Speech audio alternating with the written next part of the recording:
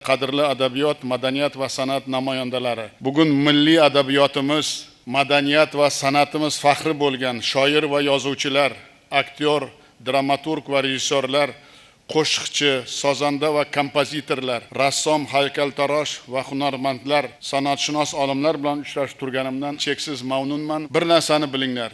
Dori-darmon inson tanasini davolasa, sizlarning ijodingiz odamlarning qalbiga malham, millat ma'naviyati uchun oziqadir. Davlatni iqtisod ko'taradi, qonun boshqaradi, armiya himoya qiladi. Lekin qaysi mamlakat adabiyot va madaniyatga e'tibor bersa, kelajagi albatta mustahkam bo'ladi. Qaysi jamiyat ijod va san'atni qadrlasa, o'sha xalqning ma'naviy immuniteti albatta kuchli bo'ladi. Bugun dunyoda eng katta kurash inson ongi va qalbini egallash uchun ketyapti. Mana shu kurashda kitob bu qurol, teatr bu tarbiya, kino bu g'oya, musiqa bu odamlarning ruhini ko'tarish.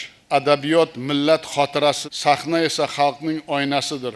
Bitta yaxshi asar, ta'sirchan qo'shiq millatning ruhini ko'taradi. Birgina spektakl jamiyat tafakkurini uyg'otadi. Kinodagi bir obraz butun avlodning qarashini o'zgartirishga qodir.